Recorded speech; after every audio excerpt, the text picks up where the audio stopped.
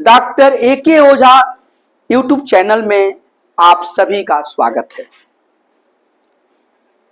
Current affairs के अंतर्गत आज हम भारत के बिहार प्रांत की पटना के वेटनरी कॉलेज के बृहद मैदान में घटित दो घटनाक्रमों की चर्चा करेंगे। एक को तो हम घटना कहेंगे, लेकिन दूसरी को हम सीधे सीधे एक बहुत बड़ी हादसा या दुर्घटना कहेंगे। देखिए, ये बिहार है, ये भारत हमारा देश है। सारे जहां से अच्छा हिंदुस्तान हमारा एक महान देश है भारत, और यह भारत का बिहार प्रांत है। और बिहार प्रांत की यह राजधानी जो है पटना में है। तो देखिए, ये पटना है। इसी का पुराना नाम पाटलिपुत्र था, कभी इसका नाम कुसुमपुर भी था। यही पटना है, और पटना में ही वेटनरी कॉलेज का एक बहुत बड़ा मैदान है। और उसी मैदान में एक राजनीतिक पार्टी का कल यानी 2 अक्टूबर 2024 को जन्म हुआ, और उसी की हम चर्चा करने जा रहे हैं। तो हम यहाँ पर चर्चा करेंगे जन सुराज आंदोलन और उसके सूत्रधार भारत के प्रसिद्ध रणनीतिकार प्रशांत किशोर की, और जिन्हें पीके भी कहा जाता था या कहा जाता है। यही पीके हैं या प्रशांत किशोर हैं। इन्होंने कभी नरेंद्र मोदी के साथ भी पॉलिटिकल स्ट्रेटजी बनाने में काम किया है, कभी नीतीश कुमार के साथ भी काम किया है, कभी ममता बनर्जी जी के साथ भी काम किया है, और कभी जाकर दक्षिण भारत में भी काम किया है। और इनके काम से सभी लोग परिचित हैं। राजनीति में इनकी बहुत समझ मानी जाती है कि इनकी समझ है गहरी, उसका अनुभव है। अब आइए, ये विगत 2 वर्षों से गांव-गांव घूमकर, बिहार के गांव-गांव में घूमकर, और यह लोगों को जागरूक कर रहे हैं, लोगों से मिल रहे हैं, वहीं जाके रहते भी हैं और उनकी समस्याओं को सुनते हैं और उस पर अपना वक्तव्य भी देते हैं।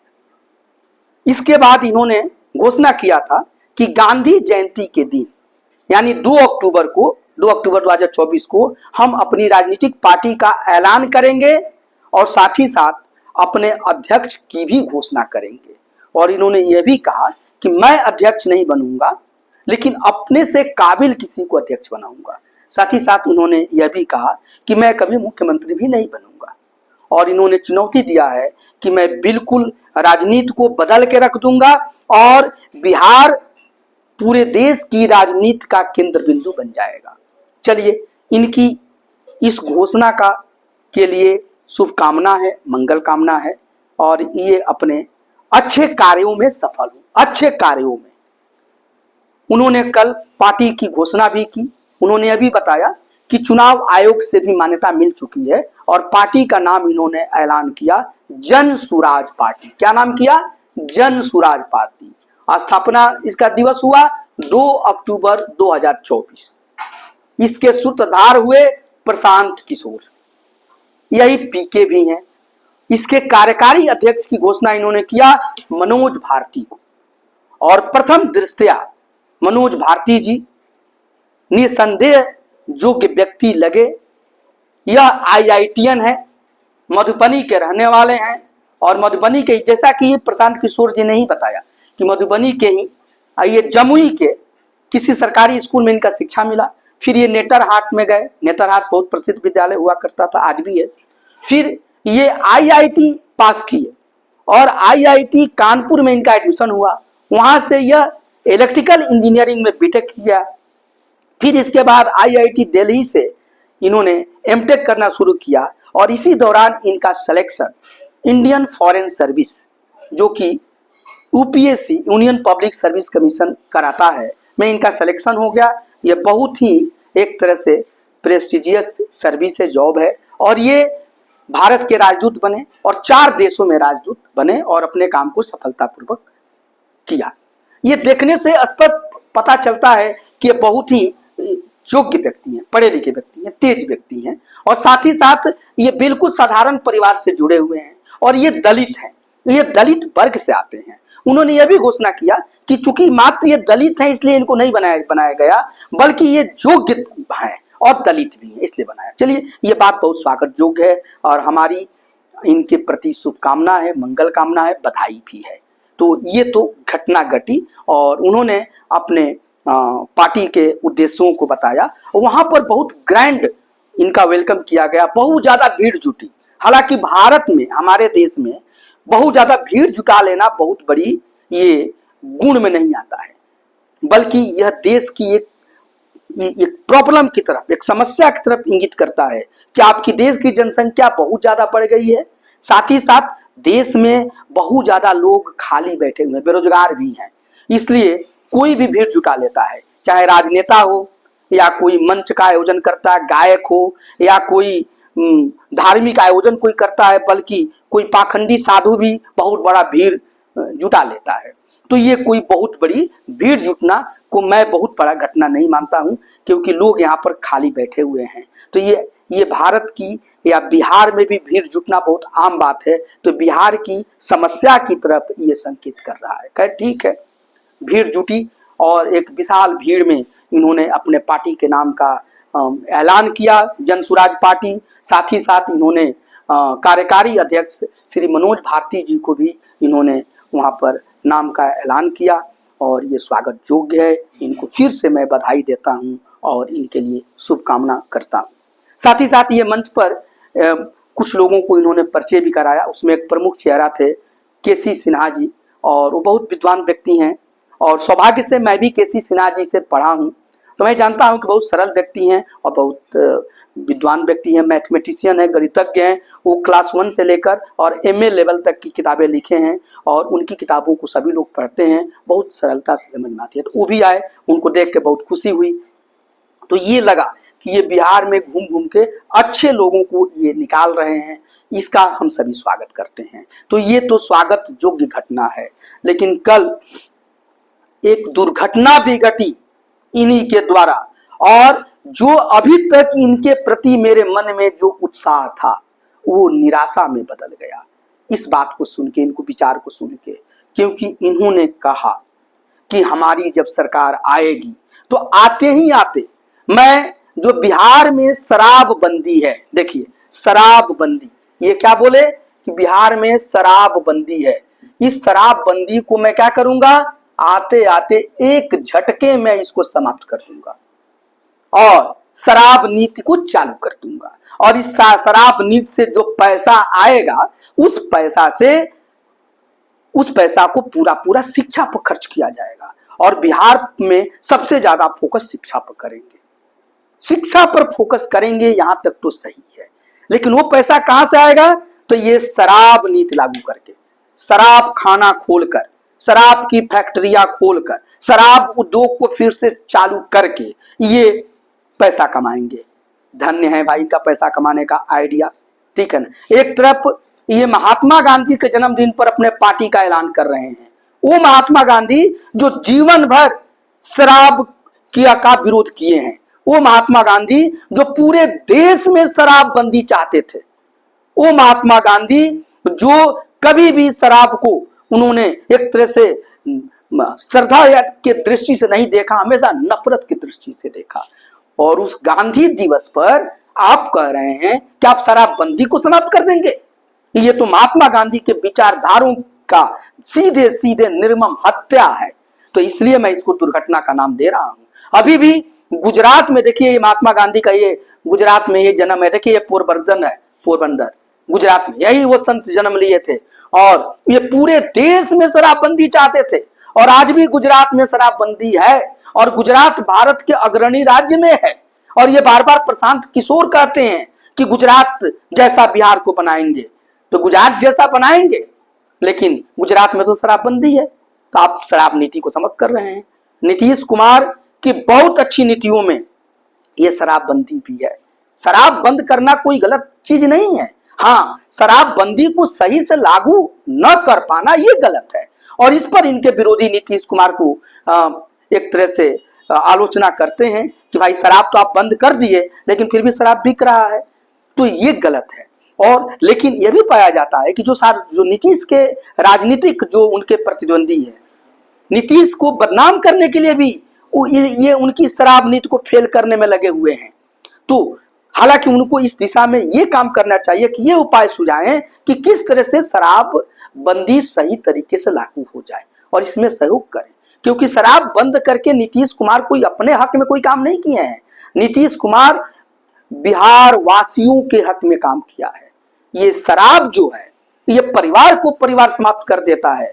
शराब में अगर सबसे ज्यादा अगर शराब से कोई पीड़ित होता है तो वो महिलाएं हैं। कौन होता है? महिलाएं। सबसे ज्यादा पीड़ित महिलाएं होती हैं, महिलाएं। इसी के साथ साथ शराब से अगर सबसे ज्यादा कोई पीड़ित होता है तो दलित होता है। दलित, वंचित, शोषित, शोषित, शोषित, गरीब, मजदूर, मजदूर, ये लोग शराब से पीड़ित होते हैं।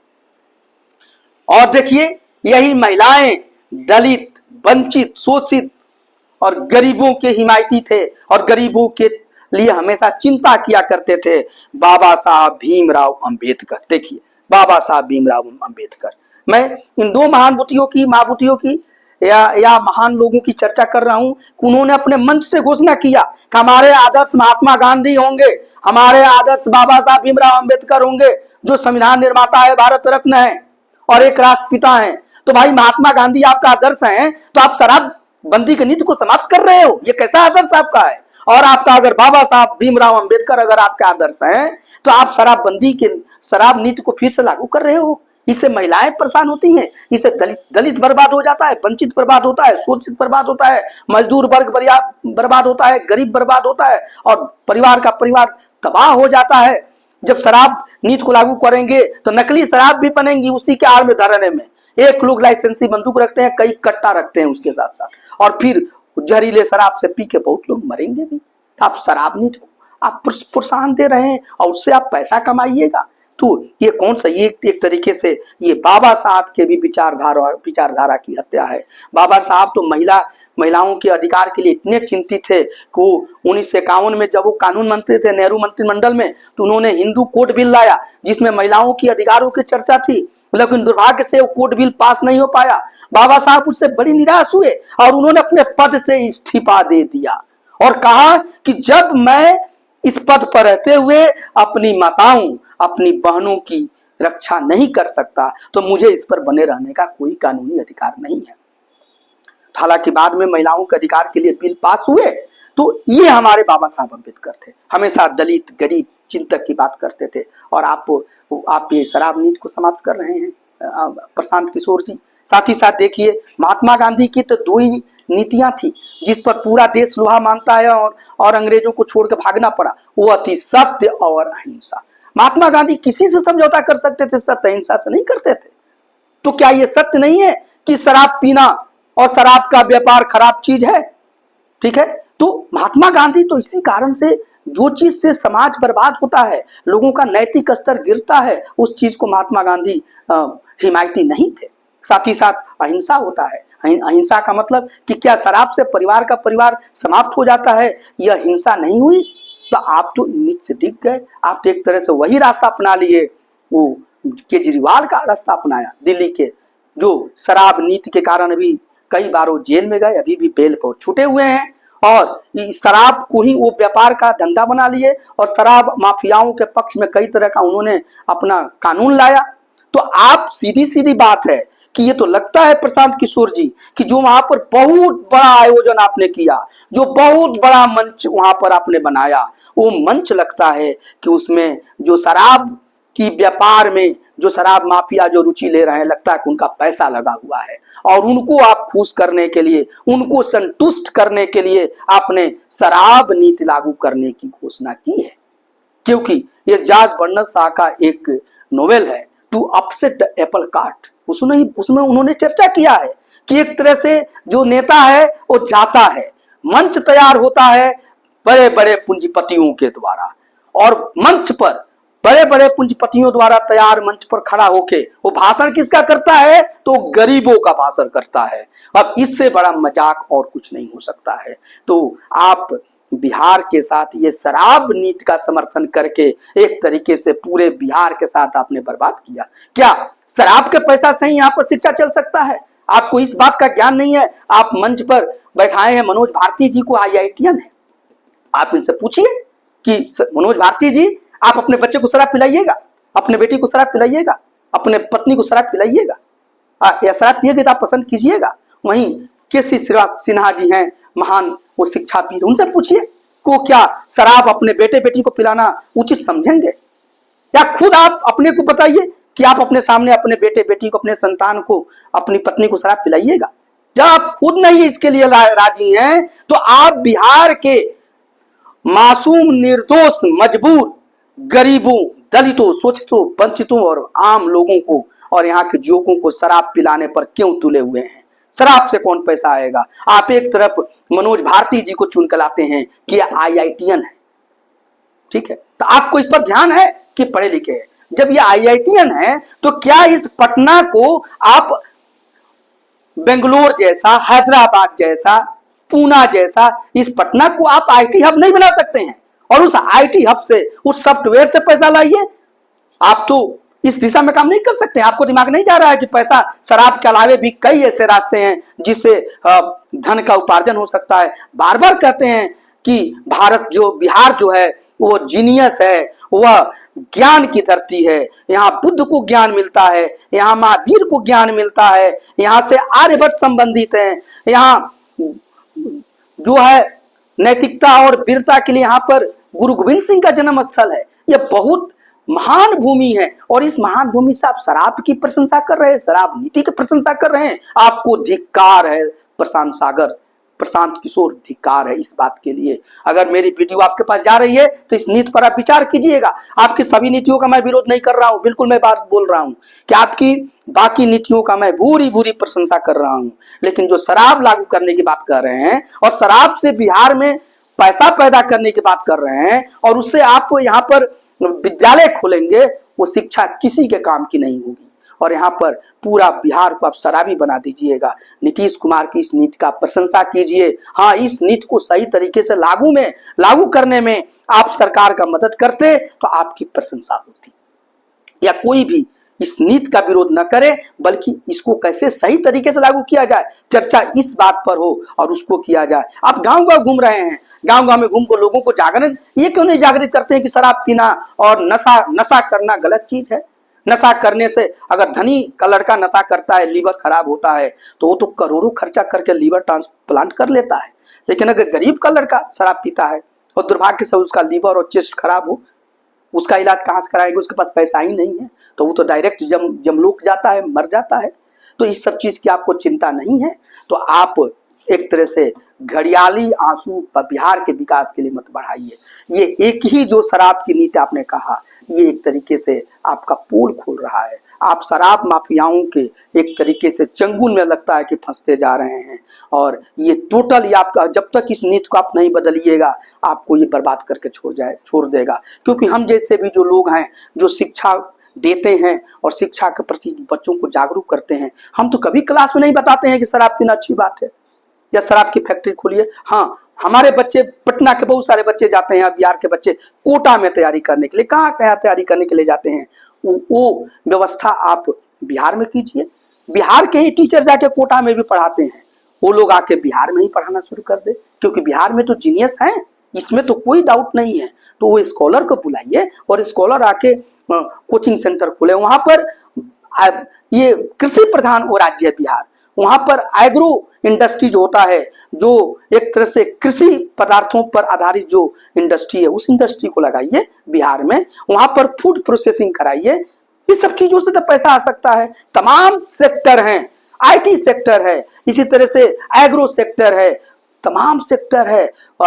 एक तरह से ऑर्गेनिक खेती को वहां पर विकास कराइए, उसके लिए आप प्रोडक्ट बनवाइए, उसका विदेशों में जाकर एक्सपोर्ट करवाइए, तो बिहार आगे बढ़ जाएगा। बिहार के लिए अभी बहुत ऑप्शन है।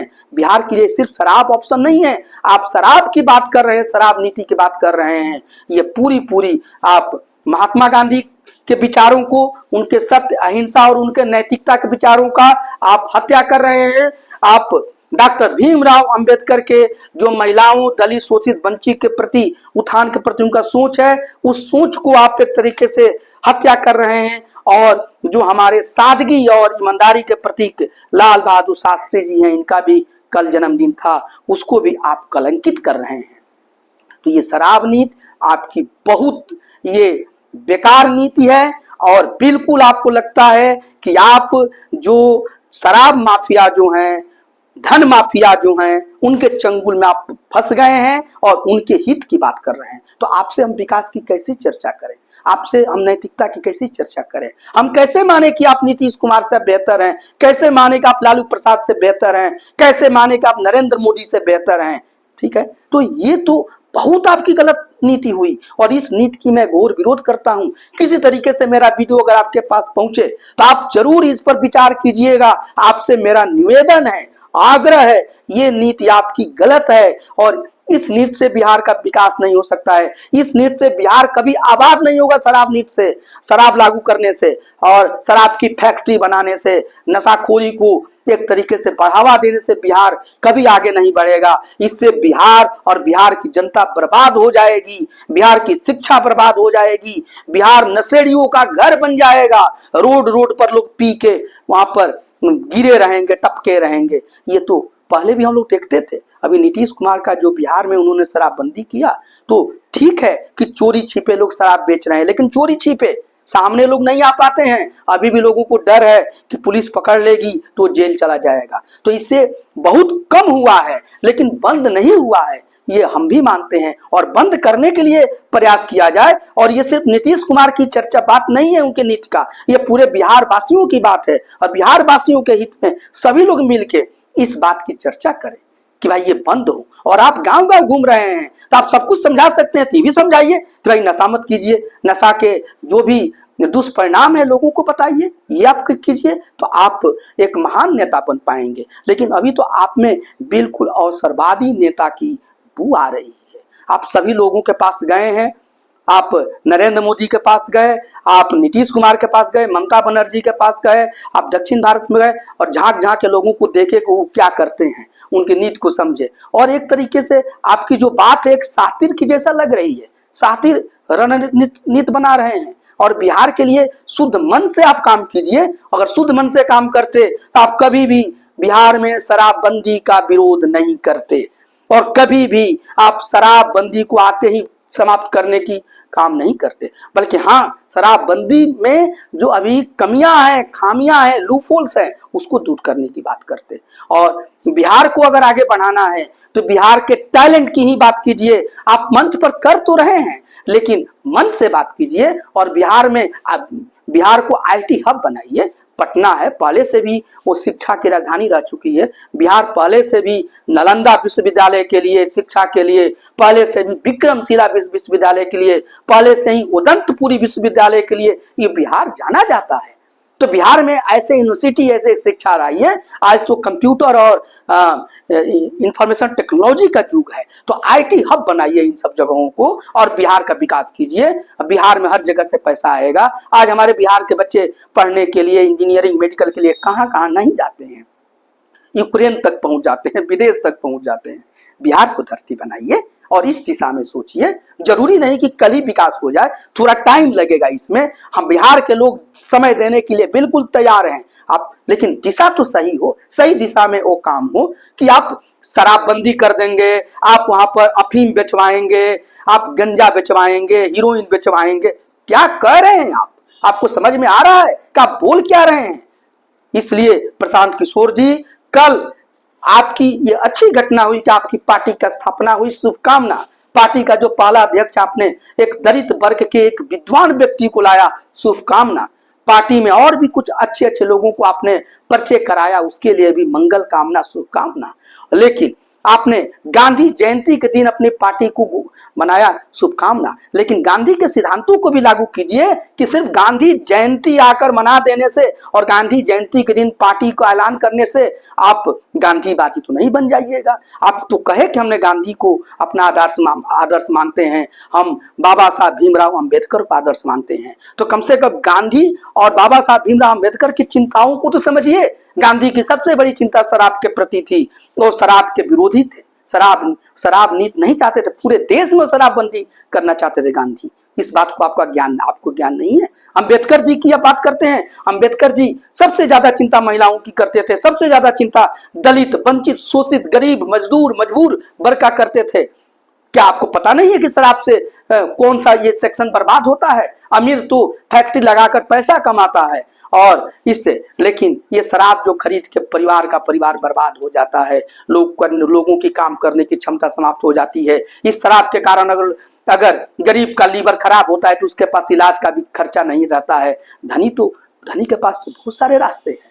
तो इसलिए प्रशांत किशोर जी अपने नीति पर पुनर्विचार कीजिए और शराबबंदी का जो आपने समाप्त करने की घोषणा की है, इसको अविलंब अपने गलती को सुधारिए, खेद व्यक्त कीजिए और बिहार को सही दिशा में ले जाने के लिए अगर आप प्रयास करते हैं तो बिहार की जनता आपको स्वागत करेगी, और नहीं तो बिहार की जनता बहुत जागरूक है, बिहार की जनता बहुत अनुभवी है, वो सब बात को समझ रही है, देख रही है और उचित समय पर उसका फैसला करेगी। धन्यवाद।